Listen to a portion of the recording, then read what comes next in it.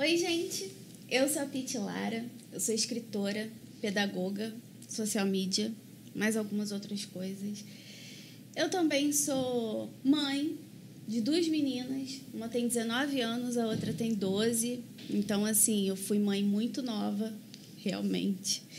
E eu sou escritora, né? Eu tenho 5 livros publicados. Dentro desses livros eu tenho... são 2 romances, são mais 2 infantis e uma de conto, crônica e poesia. Então, assim, eu gosto de escrever sobre muitas coisas.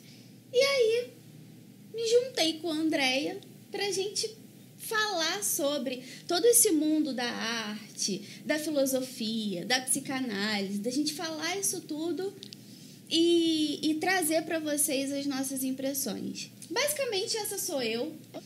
Eu vou deixar a Andréia se apresentar. Vai lá, Andréia.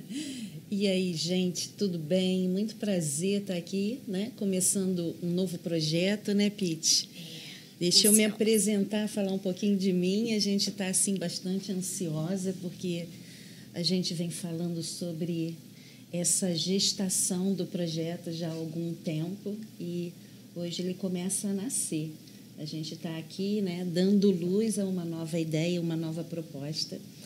Eu sou Andréia Pinheiro, eu sou psicanalista, doutoranda em psicanálise, completamente atravessada pela psicanálise. Chega a Piti como um divisor de águas na minha vida profissional, na minha vida pessoal. Também sou psicopedagoga, atendo crianças, jovens, enfim, não faço triagem na minha clínica, né? Eu sou uma mulher de 57 anos, menopausada, sim.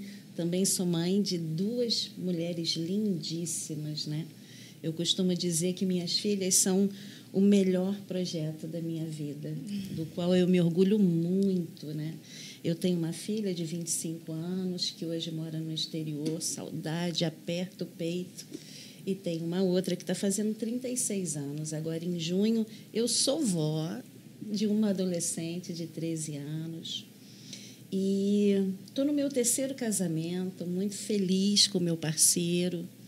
E teve uma vez, sabe, Piti, que uma pessoa falou assim para mim: caramba, você gosta de casar.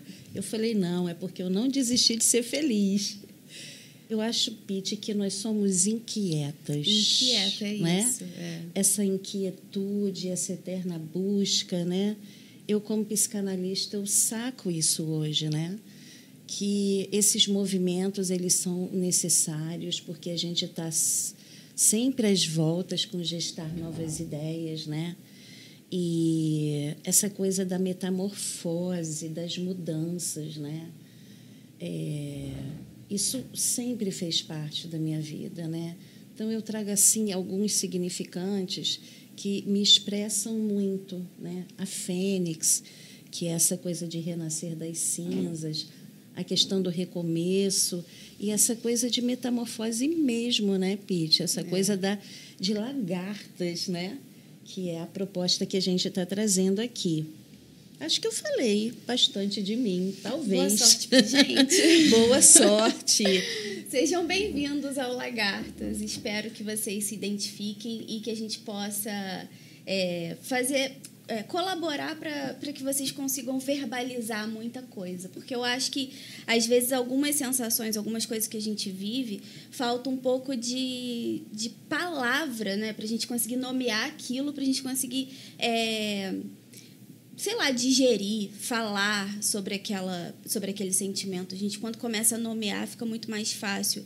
É por isso que eu amo tanto a literatura, porque, além dela nomear, muitas das vezes, é claro que, assim, você, em primeiro lugar, você não se sente sozinho, que quando você vê num livro uma situação que você viveu, você fala, nossa, alguma coisa muito parecida, você já se sente acompanhado, né?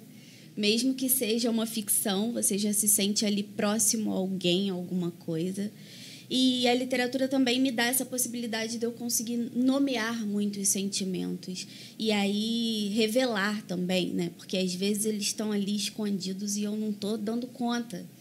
E, de repente, vem alguma obra literária que me mostra, assim, me dá um nome, me dá um significado para o que eu estou sentindo. Então, assim, a literatura tem esse peso muito sério na minha vida, assim, que é um peso bom, é um peso de me dar base, sabe? De me colocar no chão.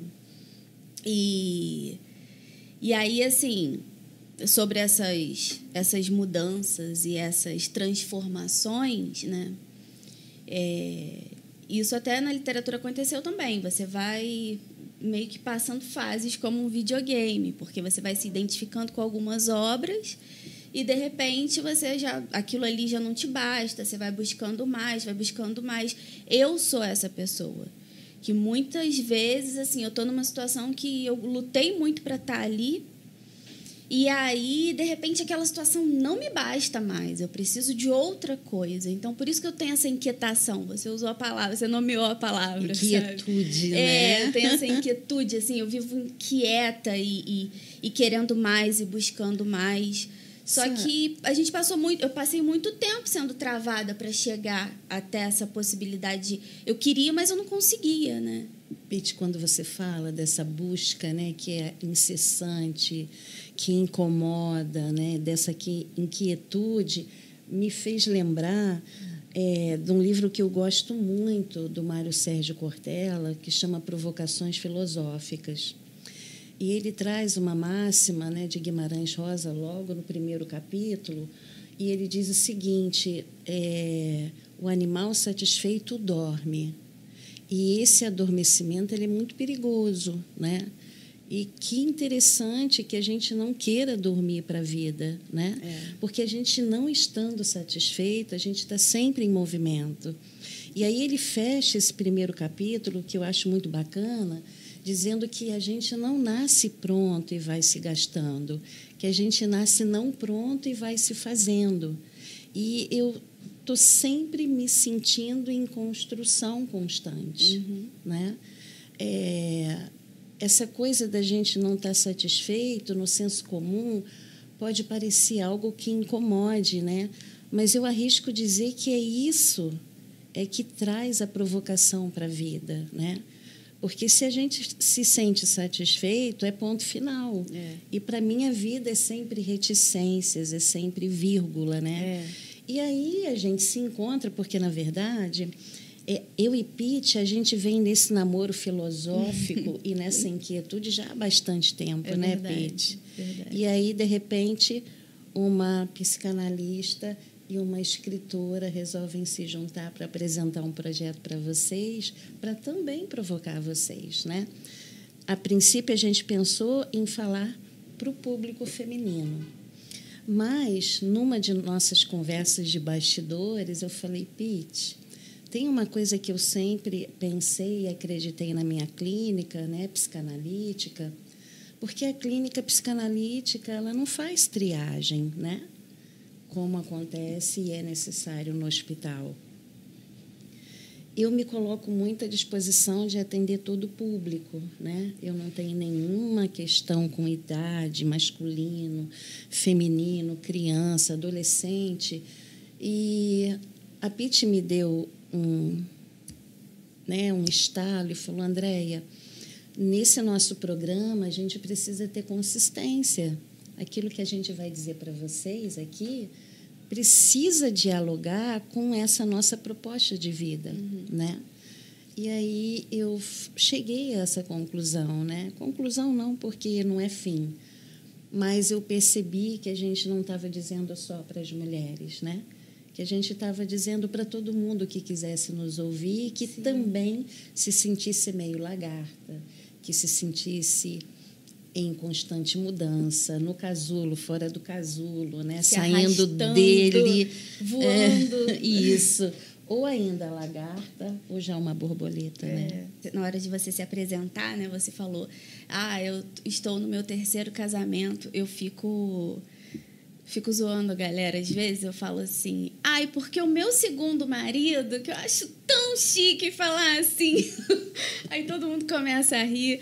Assim, eu tô no meu 2º casamento, né? E aí, esse lance da transformação, de tudo que a gente falou até agora, me faz lembrar que no meu 1º casamento, o problema não foi exatamente essa vontade esse incômodo, sabe? De querer evoluir, de querer passar e viver outras coisas, que me fez sair daquilo. Porque eu vivi uma situação durante muito tempo. Você imagina, né? Eu casei com 16 anos. Eu casei porque eu quis. Não foi assim, eu fiquei grávida e casei, alguém me obrigou a casar. Não, eu casei porque eu quis, com 16 anos. E eu cresci naquele relacionamento. E o que aconteceu, na verdade, não foi porque ele mudou, foi porque eu mudei. Todo esse desespero por viver outras coisas foi o que me fez me ver num casamento em que os dois estavam muito estranhos um para o outro. Então, às vezes, por eu ser assim, por eu ser uma pessoa que estou querendo nessa inquietude, tá sempre pulsando, assim, gritando dentro de mim, eu fico achando que todo mundo é assim. Mas, na real, não é muito o que acontece. A gente convive com muitas pessoas que gostam de estar lá no eu sou assim, quero ser assim para sempre. A síndrome da Gabriela. Pois é. Então, assim, hoje a gente está em contato com muitas pessoas, as redes sociais estão botando a gente para ver muita gente, novas vidas diferentes, vidas parecidas, coisa que a gente se identifica. E aí a gente consegue ter esse sonho, né, de querer se tornar alguém diferente do que a gente é. Mas não é uma coisa tão comum assim. Está se tornando mais comum, mas tem muita gente que gosta e que quer ficar daquele jeito. E não importa se o jeito que ela age, que ela faz, está impactando outras pessoas, está prejudicando outras pessoas, a pessoa quer ficar assim. E quando eu chego na minha vida e falo assim, eu quero escrever, porque eu comecei a escrever muito nova, comecei a escrever na máquina de escrever. Tem uma amiga minha que dormia na minha casa, né? E aí, um dia eu tirei uma foto da máquina de escrever. Ela falou assim, nossa, a máquina que você acordava de madrugada para escrever. E acordava todo mundo, porque ela faz barulho, né? E aí, eu falei, nossa, eu não lembrava disso. Imagina, você está com uma amiga em casa, você acorda de madrugada com aquela coisa te incomodando para escrever, né? Então, assim, eu comecei a escrever muito nova, mas eu gostava de escrever peças de teatro que eu usava na escola ou em algum projeto, que sempre fui esse negócio de querer buscar projetos e tal. Comecei a escrever e teve uma hora que eu cheguei na minha vida e falei assim, não, agora eu quero escrever um livro. E comecei a escrever um livro sobre mim, que eu chamo de autoficção mesmo, porque ele tem muita ficção, que é o Tribo do Amor, tem muita ficção, mas ele é baseado em muita coisa que eu vivi. E aí eu achei interessante, quando a gente começou quando eu te apresentei o E se Gregor Voasse, que é um livro infantil, assim, que aquele livro foi um vômito, sabe? Eu vomitei ele, assim, ele ficou anos guardado dentro de mim. Eu me baseei na Metamorfose do Kafka e fiquei lá desesperada para poder... ele é todo rabiscado, meu livro, né? A Metamorfose. Porque alguma coisa ficava me incomodando. E eu ficava relendo. E aí eu peguei um livro de apoio do Vladimir Nabokov, que é o autor de Lolita, ele era professor de literatura. E ele pega alguns livros e vai meio que dando aula sobre aqueles livros. Aí ele pega uma Metamorfose, ele fala da forma que o Gregor estava deitado, que era o personagem principal, né? E que ele está deitado assim, na cama a hora que acorda, e que ele não poderia ser uma barata, igual as pessoas diziam, pela forma que ele se sacudia, ele devia ser um besouro, que não sei o quê. Mas teve um momento naquele ensaio que ele coloca assim, ele me botou uma pulga atrás da minha orelha, que é por que o Gregor nunca tentou voar? E aí eu me toquei do que me incomodava. Ele tinha asas e não voava. Como assim? Como que ele nunca tentou? E aí, quando a gente pensou no projeto e eu venho, né? Fiquei com aquilo, lagartas, né? Eu estava pensando em Alice no País das Maravilhas. Quando eu vi lagartas, eu falei, caraca, tá sempre isso gritando em mim. Essa necessidade de transformação, de tentar algo novo, de fazer algo diferente, de voar, sabe? Pois é, o livro do Gregor, né? Eu cheguei a fazer uma resenha para você na época, né? E essa coisa da metamorfose que está lá no livro, né? E aí fica uma pergunta, né? você era o Gregor, talvez, né? Porque você se sentiu nesse momento aí de metamorfose e se deu conta que tinha asa, que de repente não voou. Por que não voou, né? E isso que a Pitty está trazendo sobre o livro dela, a gente se identifica com a arte, né, em vários momentos, né? Quando a gente escolhe um livro para ler, não é à toa. O título já chama atenção, de repente aquela imagem que está ali na capa ou dentro do livro tem algo que te convoca, né? E que te seduz. Então, achei muito interessante, né, quando eu me vi diante do seu livro, porque isso também me atravessa, quantos Gregor há em cada um de nós, né? E por que a gente tem asa e, de repente, não voa? Por que a gente fica preso nessas amarras, né? E a gente nem se dá conta disso, né, Pitty? Sim. Esse momento de metamorfose, ele traz incômodos, né? Porque, de repente, trazendo para a coisa bem literal, né? A coisa da metamorfose. Uma lagarta não é bonita no momento da metamorfose. O casulo prende, sufoca, amarra. E essa transformação do Gregor, né, e também do Kafka, não é um momento bonito de se ver, nem para o outro que está do lado de fora, nem para esse, né, que está se metamorfoseando, né? E traz incômodo, traz dor, né? Um processo de análise também é muito esse processo de metamorfose, sabe, Pitty? Eu digo dos dois lados da cena, enquanto psicanalista, né, e enquanto analisanda também, deitada no divã, porque todo psicanalista também precisa passar pelo seu próprio processo de análise, né? E um processo de análise é muito processo Gregor, né?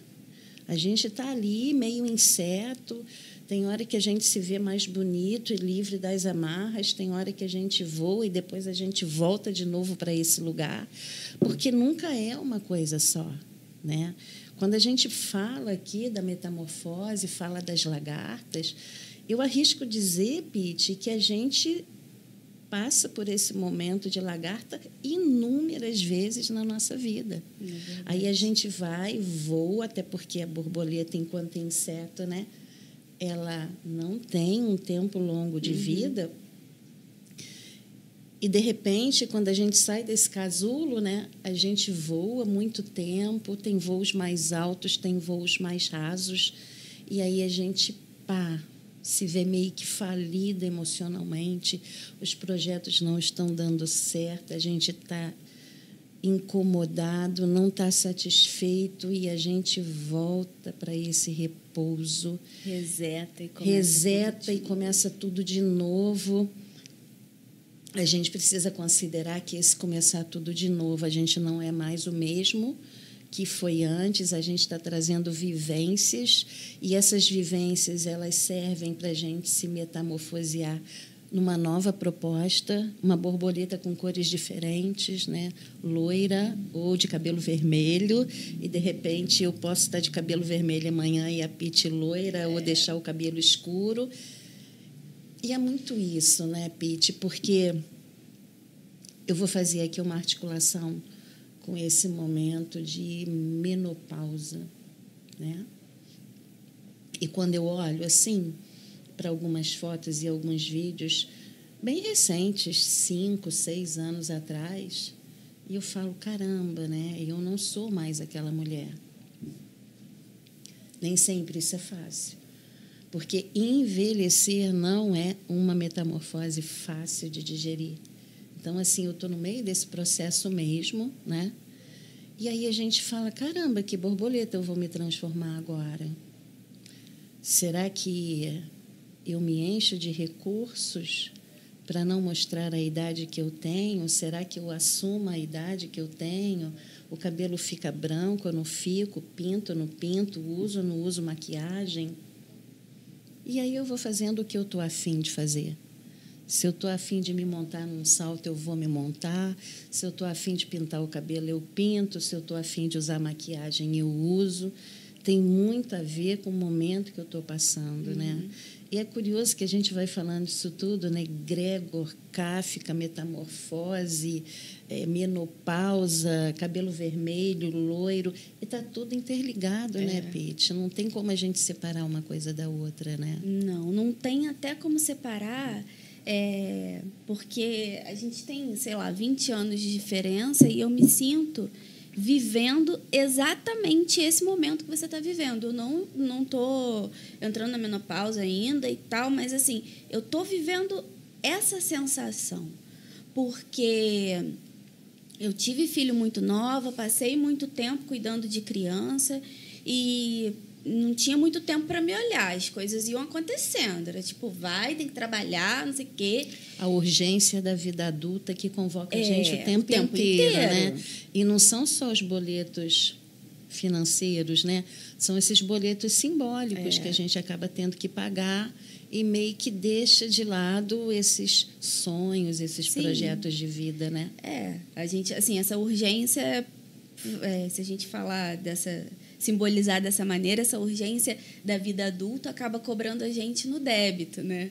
E aí, assim, a gente vai falar, não, a gente vai no crédito, depois deixa eu parcelar, vendo isso aos poucos. Uma amiga estava dizendo que o rotativo, né, fica com juros altíssimos, né?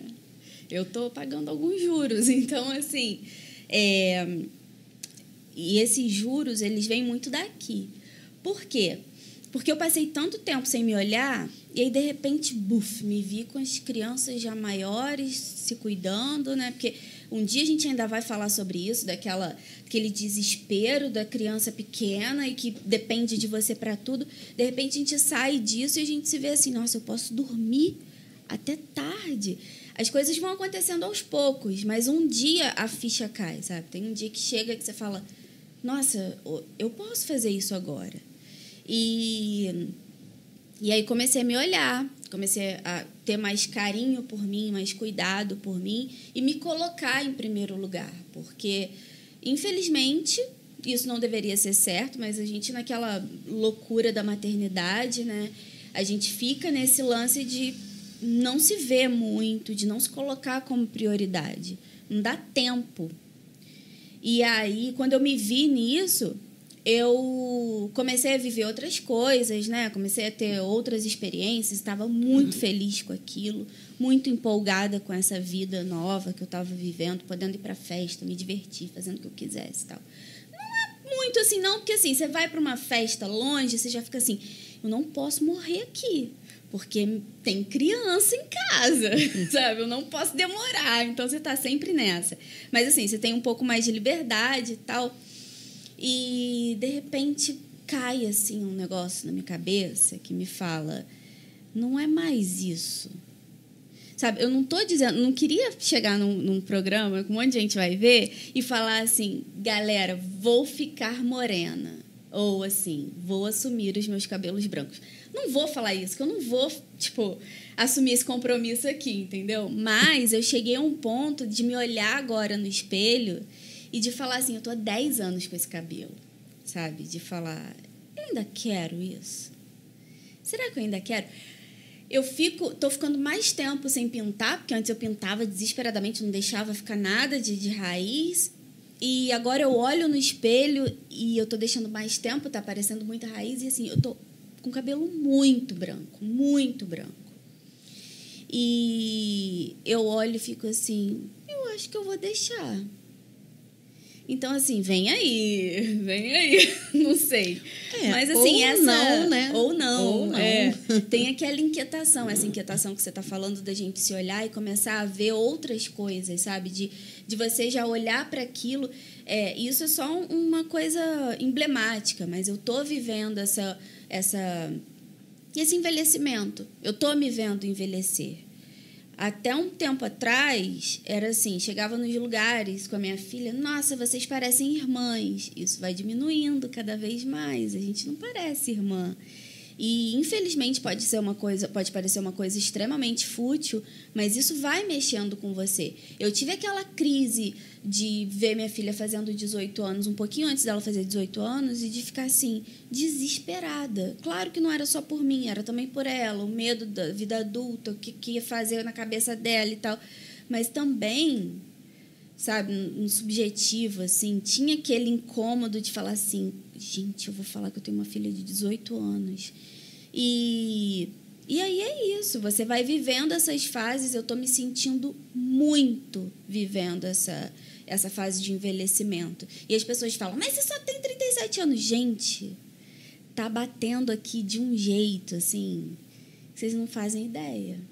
Então, acho que isso vai potencializando com o tempo, mas já está acontecendo aqui. Eu acho que a gente está tentando dizer aqui, né, para o pessoal que vai assistir, que está assistindo, que está chegando, que vai chegar, é que não tem receita de bolo para a vida, né?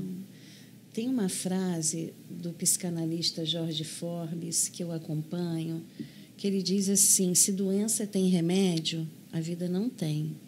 E a vida não tem receita de bolo, né? Então, você pode querer curtir seu cabelo branco, você pode querer não estar afim de curtir isso. Eu acho que o que a gente está tentando dizer para todo mundo é que você faz do jeito que você se sentir mais à vontade, né? Porque o tempo para mim é um, o tempo para a Pitty é outro, o tempo para quem está assistindo é de outra vibe, né? E é sobre como você faz com isso que a vida faz com você. Para uns, demora um pouco mais de tempo, né? Você está dizendo, a gente tem aí 20 anos de diferença. É uma geração considerável, mas a gente se vê vivendo e sentindo coisas muito parecidas, né? É claro que o que eu vou fazer com isso e o que você vai fazer com isso, né, são de ordens distintas, porque nós somos sujeitos diferentes, né? Mas é sobre fazer com isso o que a gente deseja fazer, né? Eu costumo dizer muito que o boleto chega sempre, Pitty. E aí é você olhar para um e para o outro e falar, e aí? Qual eu dou conta de pagar, né? Como é que eu vou lidar com isso, né? Eu olho para um problema que chega e eu falo, e aí, Andréia, como é que você vai resolver essa parada, né? Porque tem uma coisa que é muito curiosa, e eu acho que vocês até vão se identificar com isso. No senso comum, a gente tem um hábito de dizer assim, o religioso não tem problema, o médico sempre tem saúde, o professor sempre está no salto da educação e sabe tudo. Um psicanalista não vai ter problema. O psicanalista tem problema, o religioso tem, o professor não sabe de tudo, né? Mas a psicanálise, ela, de repente, não estou dizendo que psicanálise é religião e é Bíblia, não. Estou falando da minha vivência, né? É por isso que eu digo que ela foi um divisor de águas na minha vida, porque hoje as questões chegam, os problemas estão ali, mas eu tenho um jeito diferente de me relacionar com isso, né? Assim como você diz que escrever dá para você alguma consistência, é o jeito que você encontra de simbolizar, de nomear isso, né? Então, transborda para a sua letra, né? Para aquilo que você escreve, pensa, escreve e coloca e materializa ali os seus incômodos, né? A psicanálise me dá esse tipo de ferramenta, né? Porque não só no meu processo de análise, mas também nas histórias que eu escuto, na minha tese de doutorado, nos temas, né, que eu tento transmitir a psicanálise. Então, uma aula, um seminário, não deixa de ser também uma oportunidade de elaboração. Eu não publiquei livros, mas eu tenho um monte de histórias infantis escritas, Pitty, que nem você sabia. Não. Né?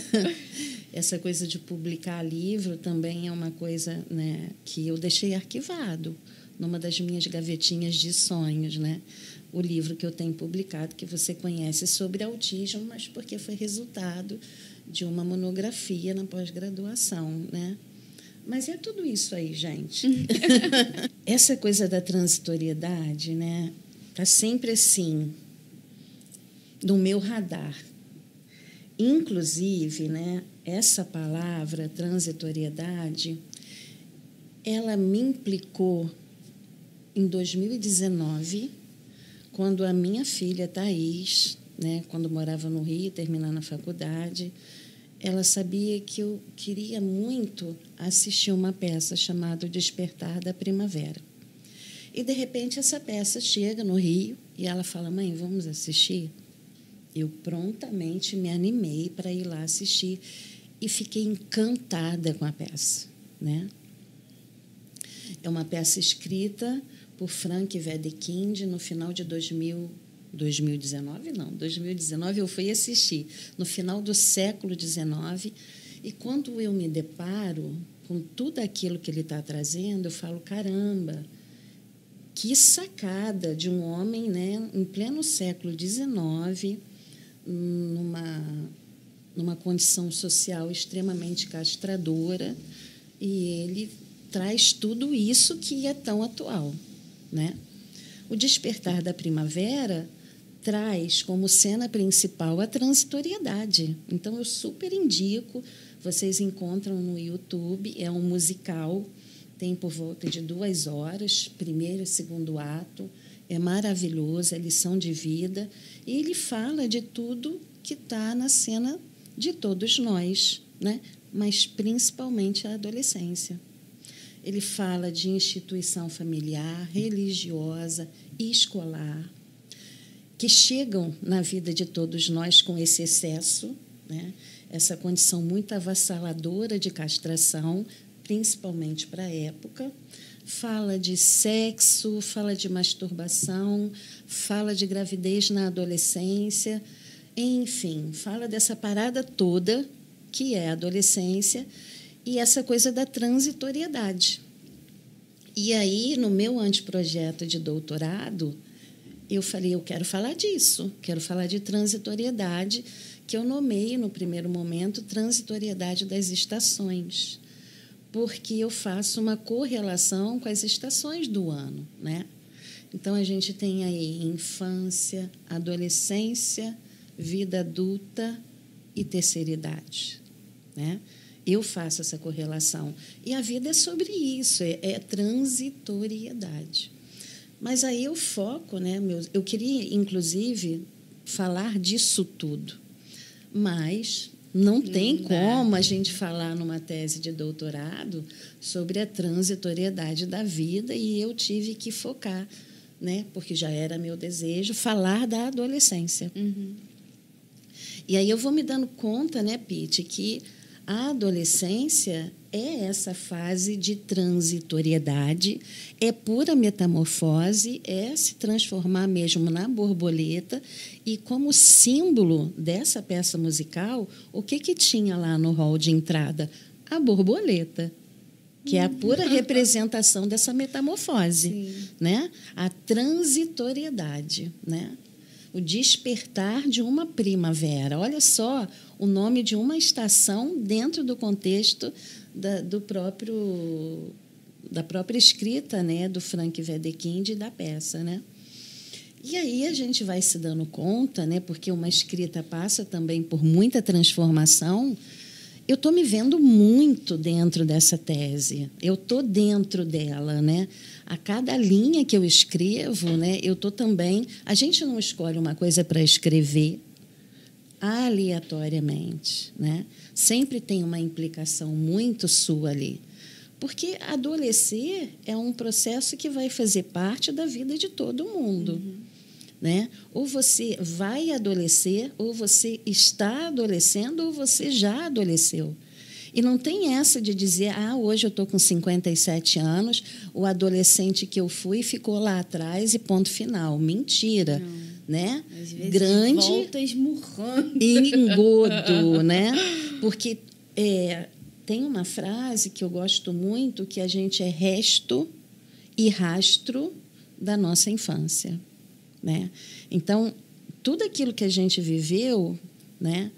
Eu costumo dizer que a gente é nomeado antes mesmo de ser concebido, né? Porque eu vou ter menino, menina, com quem que essa criança vai se parecer? Com o pai, com a mãe, com o avô, com a avó? O nome que vai ter? Aí depois a mulher gesta e tem uma relação louca. é um corpo dentro do outro. Eu digo que a gravidez contraria a própria lei da física. Não é mesmo, né? Estou aqui brincando com as palavras, que eu acho muito interessante, trazendo Rubem Alves para a cena, que brinca com as palavras o tempo inteiro. E aí você vai se dando conta disso, né? Essa primeira fase, a infância, e aí você chega nesse ponto que é a adolescência. E não tem como a gente pegar e deixar fases da nossa vida, da nossa transitoriedade, e dividir por etapas e dizer que está tudo lá. E ponto final. Não. Hoje, o que eu sou, enquanto uma mulher de 57 anos, é tudo o que eu vivi, né? Desde o meu nascimento, desde a minha infância, desde a minha adolescência, né? E depois a fase adulta e agora uma mulher mais madura, né? Então, como que eu não vou pensar em transitoriedade? E aí está tudo ligado, Pete. É transitório, é metamorfose, é mudança, é lagarta, é borboleta, é tudo isso aí no mesmo pacote, né? E algumas vezes eu sempre brinco com isso, né? Que eu falo, minha eu do passado, ela às vezes bate assim, e eu já vivi momentos. É claro que o nosso repertório é o outro, a gente acaba, sei lá, conversando, dialogando de uma outra maneira com aquela pessoa, né? Que a gente foi. Mas eu já me vi numa situação específica, assim. É claro que tem muitas situações ao decorrer do dia, mas, assim, já vivi uma coisa na minha vida que eu olhei e falei assim, gente, mas eu estou agindo exatamente quando eu era adolescente. Eu estou fazendo exatamente a mesma coisa. E me dar conta disso me faz acionar o repertório. Porque quando a gente está adolescente, né, a gente não tem muito esse repertório. A gente ainda está aprendendo como que o outro age, a gente ainda está aprendendo como que quem a gente ama age, quem a gente não gosta age e como a gente vai agir. Então, a gente está testando algumas personalidades, a gente está vendo o que se encaixa no que a gente realmente é, né, no que está ali com a gente. Quando você já está adulta, você já sabe como você age, você já começa a entender melhor. Às vezes você não sabe 100%, não, né? Não adianta falar assim, não tem eu sou esse adulta, percentual, eu sei não. tudo. Aí Agora... que bom que não tenha, né? Pois é. A gente está sempre se construindo, né? A gente está nesse processo do voa, volta para o casulo, voa, volta para o casulo o tempo inteiro. Mas, assim, tem certas coisas que a gente já entende, a gente já detecta que eu tenho... E eu acredito que a psicanálise faz muito isso, de você revelar aqueles comportamentos repetitivos, aquelas coisas que você está sempre fazendo e tentar sair desse ciclo eterno. De repetição. Eu já me vi numa situação dessa e eu tive que olhar e falar assim, não, agora eu tenho que agir de outra maneira, porque se quando eu era adolescente não deu certo, espera aí que eu vou tentar ver aqui o que eu posso fazer. Mas ela sempre volta. Sabe, tem situações que aquela adolescente, ela está sempre ali, me mostrando quem ela é. E eu passei muito tempo sem ter ela na minha vida, sabe? Esse desespero de resolver as coisas da vida adulta foi me afastando muito da criança que eu fui, foi me afastando muito da adolescente que eu fui. E algumas situações pontuais na minha vida foram resgatando essas pessoas na minha vida, sabe? Tipo assim, eu vivi uma situação que resgatou a minha adolescente, ela voltou para a minha vida e hoje ela está sempre ali do meu lado. E uma outra situação que resgatou a minha infância, a minha criança, que estava adormecida e eu estava meio que esquecendo ela. Quando eu perdi o meu pai, foi uma situação muito pontual que fez a minha infância voltar completamente para a minha cabeça, para a minha vida. E eu me lembrei de coisas que eu não me lembrava de jeito nenhum. Esse processo de luto foi um processo de autoconhecimento muito doloroso, muito doloroso. Porque, ao mesmo tempo, eu me sentia como se tivessem duas pessoas chorando aquela morte. Eu, hoje, adulta, e a minha criança, quem eu fui quando criança, sabe? Então, assim, estar nesse momento, essa construção que você falou, da gente meio que juntar todas essas...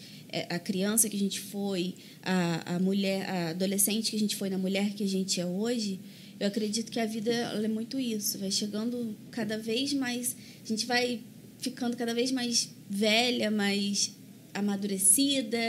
E essa maturidade, ela vem com esse repertório que vai voltando para a gente, seja através da literatura, da psicanálise, de um luto, como foi comigo, sabe? Então, é isso. Eu acho que eu entendo quase nada, né, da parte teórica, mas na prática, meu Deus. A psicanálise está na vida da gente o tempo inteiro, né? Não à toa, quando a gente olha aí para toda a obra de Freud, ele recorre à arte, à literatura, à mitologia, para tentar contextualizar isso que ele propunha, né, enquanto psicanálise. Poxa, Freud, ele foi um grande incomodado. O cara era neurologista e, quando ele começa a estagiar no hospital, olha para aquelas pessoas desvalidadas, Pete, em alas psiquiátricas de hospital, porque a medicina não encontrou resposta para aquele mal-estar que as pessoas sentiam, né? Um mal-estar psicológico, né? Localizado no corpo. Uhum. Pessoas que perdiam a visão, a audição, que paravam de falar, que tinham seus membros paralisados. E aí? O que é tudo isso? O que, né, a boca cala, até a ponta dos dedos falam, né? É verdade. E eu queria, Pete, a gente está falando disso tudo, né? Eu queria dar uma lida numa coisa que eu postei há 2 dias atrás, até em homenagem à morte da Rita Lee, porque você está dizendo que a gente é tudo isso, né? Nós estamos falando, e, de repente, a morte da Rita Lee me fez lembrar da menina e da adolescente que eu fiz, porque tem uma frase que é um texto da música dela, um trecho, né, da música dela, que me impacta muito. Um belo dia resolvi mudar e fazer tudo o que eu queria fazer. E eu estava tão inquieta nesse dia, eu falei, eu preciso escrever. Olha só, né, a escrita aí, tentando simbolizar o que a gente sente. Essa mulher, essas músicas, fizeram parte da minha vida desde muito menina. E eu me lembro de eu sentada num dos móveis da primeira casa onde eu nasci e morei por 11 anos, com aquela vitrolinha do lado e o LP rodando até furar, porque eu ouvia, né? Eu acho que eu estava tentando elaborar o que eu ouvia das músicas dela, né? Rita Lee sempre esteve presente no meu repertório musical. Cantava as músicas que falavam de rebeldia e liberdade. Algo que sempre desejei, mas ainda tão jovem não sabia como fazer. Que instigante a ideia de mudar e fazer tudo. A ideia da ovelha negra da família me provocava. Cresci, me tornei uma adulta, mãe, e, como você falou, meus sonhos foram ficando para trás. Meu imaginário foi sufocado pelos compromissos e a urgência da vida adulta, que apresentava os boletos simbólicos desses compromissos de gente grande. E como a gente quer ser gente grande quando a gente é pequena, né? Até um dia que me vi falida emocionalmente. E me vi diante dessa frase da música de Rita Lee. Um belo dia resolvi mudar e fazer tudo o que eu queria fazer. Eu ainda estou aprendendo, tentando. Tropeço, levanto, cuido das feridas desses tombos, ainda caio em algumas ciladas da vida, porque somos suscetíveis aos equívocos e desenganos. Mas há algo que mudou nessa metamorfose constante na qual me vejo imersa. Eu não me deixo ser desautorizada por ninguém, Pete. Não me deixo desvalidar pelo grande outro. Eu compreendi a duras penas, é verdade, que sou eu mesma que me chancelo e que me autorizo. Tem muitas Rita Lee gritando dentro de mim. Uma ovelha negra, sim, rebelde, inquieta, mas que decidiu bancar seus desejos. É fácil, amiga? Não. Não. Não é? Nada fácil. E muitas das vezes a gente paga um boleto bem caro por isso, né? Mas hoje não me permito voltar para o lugar que um dia eu estive. Tomar as rédeas da própria vida não é fácil, mas não me apropriar dela é um preço muito caro a ser pago, ao qual não estou disposta mais a pagar. A psicanálise me ajudou e tem me ajudado nesse percurso. Me dá algum sustento para seguir adiante, de elaborar minhas questões diante daquilo que a vida me apresenta diariamente. Lagartas viram borboletas e vão voar. Mas antes do voo se transmutam e dessa metamorfose muitas surpresas podem nascer. Tinha que ler isso para vocês. Então, gente, acho que dá para vocês saberem mais ou menos onde vocês estão pisando. E, assim, muito obrigada por acompanharem a gente até aqui. A gente se vê no próximo episódio. Os episódios vão ao ar uma vez na semana, todas as quintas-feiras. Então, a gente se encontra. O nosso horário marcado, dia marcado, horário a gente ainda não definiu, não. No próximo episódio eu falo para vocês o horário que vai estar no ar, tá bom? Eu também tenho muito a agradecer e dizer que tem muita coisa para chegar aí, muita coisa boa, que fala de verdade. É muito genuíno o que a gente está trazendo aqui para vocês.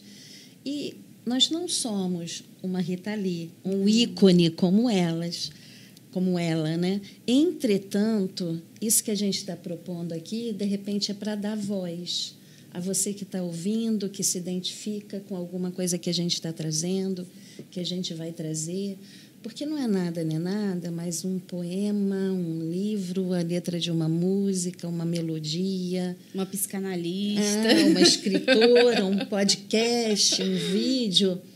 Pode trazer uma mensagem bem interessante. E a gente olhar para aquilo e falar, caramba, eu não estou sozinho. Tem alguém lá do outro lado da telinha que está conversando comigo o tempo inteiro a partir do que a gente está apresentando. Fica com a gente. Tem muita coisa para vir, tá bom? Beijo aí para todo mundo. Foi ótimo. Foi.